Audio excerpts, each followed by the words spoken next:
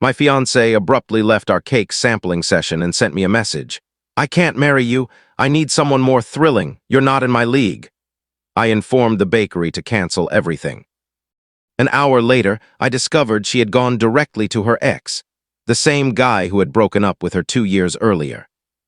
3 days after that, both she and her ex showed up at my front door looking desperate, while I'm Ethan, 31, and until recently I believed my future was all set. I'd been engaged to Lauren for 7 months and together with her for 2 years altogether. The wedding was just 3 months off. Invitations already mailed, venue reserved, deposits made. We'd been designing our life together, right down to the wall colors in our imagined home. Then she destroyed it all at a cake tasting. We had booked the slot at a fancy bakery on a Tuesday afternoon. We both took time away from work. I'd been tense from all the wedding details, so I figured this would be a relaxed, enjoyable moment. She showed up 15 minutes behind schedule, which wasn't rare, but she acted strange, distant, constantly glancing at her phone. The baker presented the first samples, vanilla with raspberry center. I tasted mine and remarked how delicious it was. Lauren hardly ate hers, merely moved it around the plate with her fork. "You all right?" I asked. "Yeah, fine," she replied, avoiding eye contact. We sampled 3 more varieties. She remained totally disengaged. Eventually, the baker stepped away to fetch the contract documents. That's when Lauren suddenly stood. "I have to leave," she said. "What, we're in the middle of—" "I just have to go, Ethan. I can't handle this right now." She snatched her bag and walked out, leaving me alone as the baker returned with papers. I apologized, mentioned we might reschedule, and stepped outside to look for Lauren. Her car had vanished. I rang her 3 times, no reply. Then came the text. "I can't marry you. I need someone more thrilling. You're not in my league. I'm sorry." Not in her league. We'd spent 2 years together. She had accepted my proposal. We de-organized a full wedding. And she chose to end it with a text in a bakery parking lot. I went back in and asked the baker to cancel the order. She gave a kind look but asked nothing, which I was grateful for. Then I drove home in a fog. By the time I arrived, Lauren had already stopped by our shared apartment and taken some belongings, not all, just the basics. Clothing, toiletries, her laptop. No letter, no further explanation beyond that message. I phoned my closest friend, Ryan, and explained everything. He paused, then said, "Bro, I hate to break this to you, but Lauren's ex, Tyler, is back in the area. I spotted him at the gym yesterday." He inquired about her. Tyler, Lauren's previous boyfriend before me, they'd been together 3 years. According to her, he ended it suddenly, relocated across the country for a job, and shattered her. She repeated many times that their bond was passionate yet poisonous, that she'd matured since and would never return to him. "You think she's with him?" I asked Ryan. "I'm not certain, but the timing feels strange." I said nothing, then did something I regret. I signed into our joint iCloud, set up ages ago for pictures and schedules. Her location sharing was active. She was at Tyler's mother's house. I knew the street because Lauren had indicated it once while we passed by. So yes, she'd exited our cake tasting and headed straight to her ex's location. The ex who'd supposedly ruined her. The ex she insisted she'd fully moved past. I remained on the sofa for hours, attempting to absorb it. Around 11 p.m., I began canceling. First the reception hall, deposit gone, but I didn't mind. Then the food service. Then the picture taker, flowers, music. I spent 2 hours carefully taking apart our wedding plans, while Lauren was likely rekindling things with Tyler. Update 1 the following morning, I woke to 17 messages from Lauren's friends. She informed them I'd grown cold emotionally and that she had to pursue her true feelings. No reference to Tyler, naturally. I ignored everyone. Around midday, Lauren's sister, Sophie, rang me. Sophie and I had always clicked well. She was the maid of honor. "Ethan, what in the world happened?" she asked. I shared the full story, the tasting, the text, how Lauren went right to Tyler's. Sophie stayed silent a long while. "She's with Tyler? Yes, I'm positive." "Oh no, Ethan, I'm truly sorry. I don't even know how to respond. Our family adores you."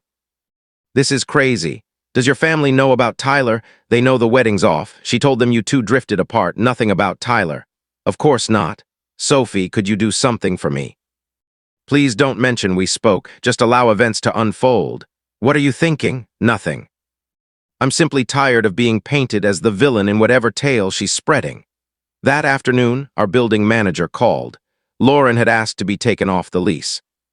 She wanted out entirely, meaning I'd handle full rent or relocate. I told him I'd keep the lease solo. I refused to leave, this was my home too. Then I began boxing Lauren's leftover possessions, calmly, not in rage. I packed, labeled, and placed everything neatly by the entrance. If she wanted her items, she could collect them. I wouldn't live with constant reminders.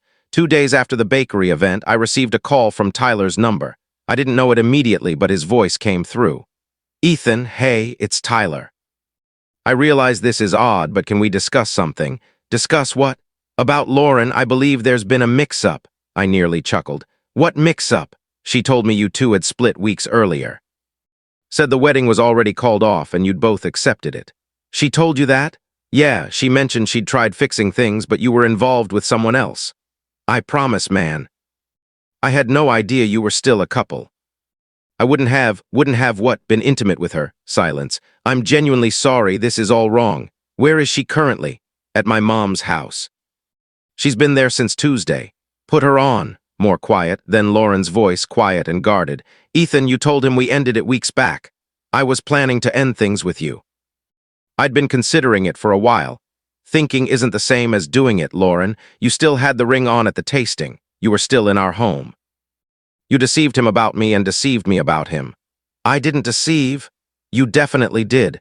You left the bakery and went directly to him. You didn't require someone more thrilling. You required him in particular, just admit it." She began to sob. "I never intended it to unfold this way." "How did you intend it?" "Were you planning to wait until after the ceremony?" "That's unfair, you know." "What's unfair?" "Messaging your fiancé that he's beneath you in a parking lot while heading to be with your ex." "That's unfair." I ended the call, my hands trembled. Tyler rang again right away. I sent it to voicemail. Update 2-3 days post-bakery, I was home, still in lounge clothes, still trying to make sense of it all, watching television. A knock came. I opened to see Lauren and Tyler on the doorstep. Both appeared wrecked, Lauren tear-streaked, Tyler tense and uneasy. "What do you need?" I asked, staying in the frame. "May we enter?" Lauren asked. "We have to speak with you." "No, say it from there," Tyler spoke. "Listen, man, this situation is chaotic. Lauren said you two were finished and I trusted her. I feel horrible." "Great. Feel horrible elsewhere." "Ethan, please," Lauren said. "Can we discuss this maturely?" "Mature people don't destroy engagements with a text, Lauren. What do you want?" She inhaled unsteadily. "I messed up badly. I became frightened about the marriage and freaked out. I went to Tyler because he seemed comfortable and known. But now I understand I love you. I want to repair us." I gazed at her. "You want to repair us?" "Yes, I know I caused pain, but everyone errs. We can try therapy, delay the wedding, anything you require." "What changed?" 3 days back I wasn't in your league. What's different today?" She looked briefly at Tyler. He turned aside. "Tyler and I realized we don't match anymore," she said cautiously. "We've both grown." "It wasn't like I remembered." "So you returned because things failed with him. That's your offer?" "That's not my meaning."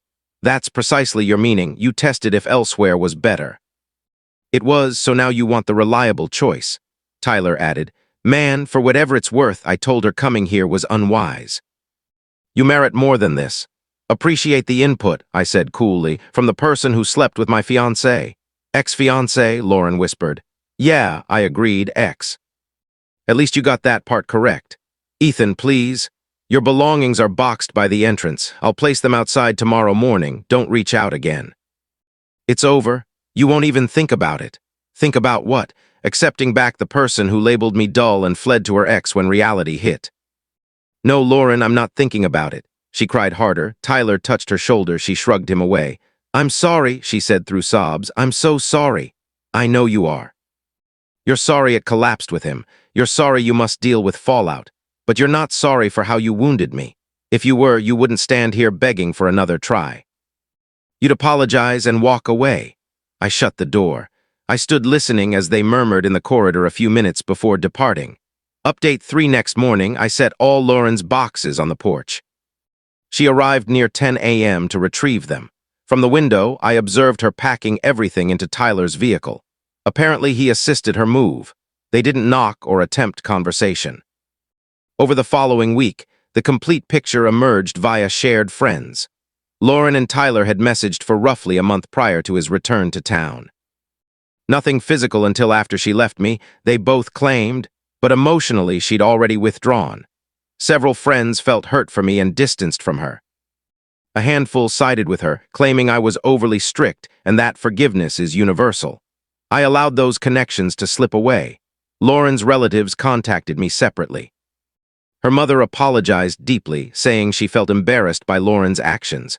Her father offered to reimburse my share of wedding costs. I refused but thanked him. Sophie stayed in contact, sharing updates I hadn't requested but quietly appreciated. The most telling news arrived 3 weeks later. Lauren and Tyler fought intensely and split again, per Sophie.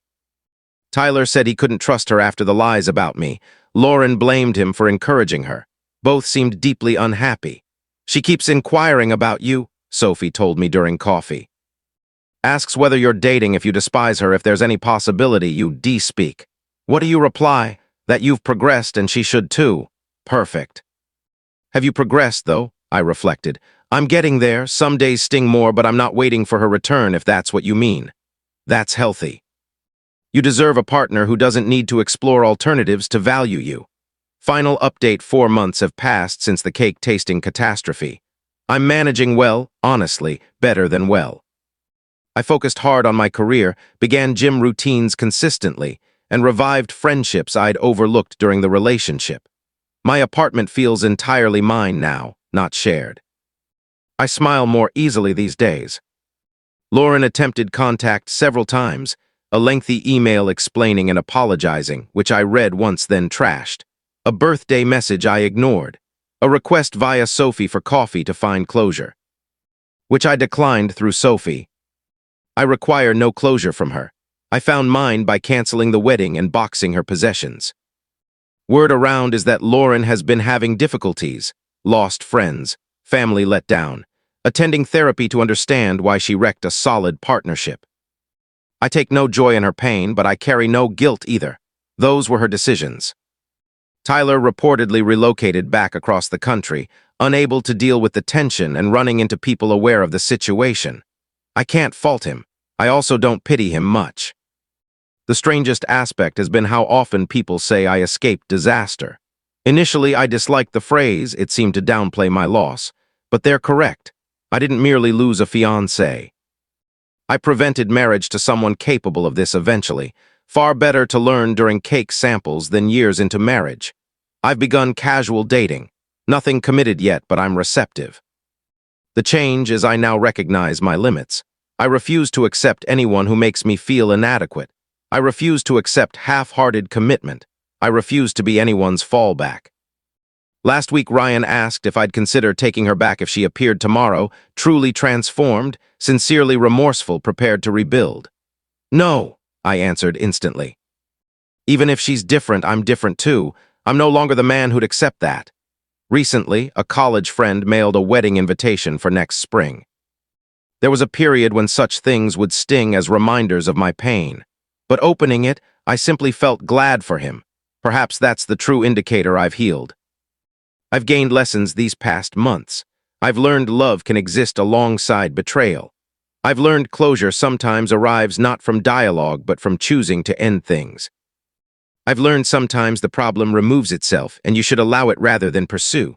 Above all, I've learned I'll be all right. More than all right, I'll thrive.